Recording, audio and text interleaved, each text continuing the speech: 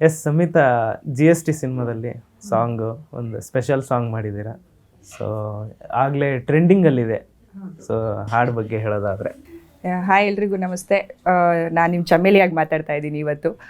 ಸಾಕಷ್ಟು ಸಿನಿಮಾದಲ್ಲಿ ಹೀರೋಯಿನಾಗಿ ಕಾಣಿಸ್ಕೊಂಡಿದ್ದೆ. ಇದರಲ್ಲಿ ಒಂದು ಐಟಮ್ ಸಾಂಗ್ ಮಾಡಿದ್ದೀನಿ, ಸ್ಪೆಷಲ್ ಸಾಂಗ್ ಅಂತಲೇ ಹೇಳ್ಬೋದು. ತುಂಬ ಚೆನ್ನಾಗಿದೆ. ಹಾಗೆ ಈ ಸಾಂಗ್ ನಾನು ಒಪ್ಕೊಳ್ಳೋದಕ್ಕಿಂತ ಮುಂಚೆ ಅಯ್ಯೋ ಹೇಗಪ್ಪ ಮಾಡೋದು, ಇಷ್ಟು ಮೂವಿನಲ್ಲಿ ಹೀರೋಯಿನಾಗಿ ಮಾಡಿದ್ದೀನಿ ಸಡನ್ನಾಗಿ ಈ ಥರ ಅಂತ. ಆಮೇಲೆ ಸೃಜನ್ ಸರ್ ಹೇಳಿದ್ರು ಒಂದ್ಸಲ ಸಾಂಗ್ ಕೇಳಿ ನೋಡು, ನಿನ್ಗೆ ಇಷ್ಟ ಆಯಿತು ಅಂತಂದರೆ ಮಾಡು ಅಂತ ಹೇಳಿ.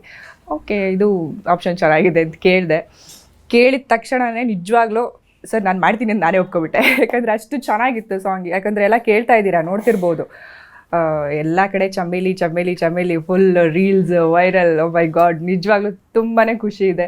And thank you so much Srujan sir ಒಂದು ಒಳ್ಳೆ ಆಪರ್ಚುನಿಟಿ ಕೊಟ್ಟಿದ್ದಕ್ಕೆ. ಇವಾಗ ಅನ್ನಿಸ್ತಾ ಇದೆ ಓಕೆ ಐಟಮ್ ಸಾಂಗ್ ಮಾಡಿದ್ಕೋ ವರ್ತ್ ಇದೆ ಅಂತ. ಒಂದೊಂದು ಸಿನಿಮಾದಲ್ಲಿ ಒಂದೊಂದು ಸಾಂಗು ಅಥವಾ ಒಂದು ಏನೋ ಒಂದು ಸ್ಪೆಷಲ್ ಎಂಟ್ರಿ ಕೊಟ್ಟಿರ್ತಾರೆ.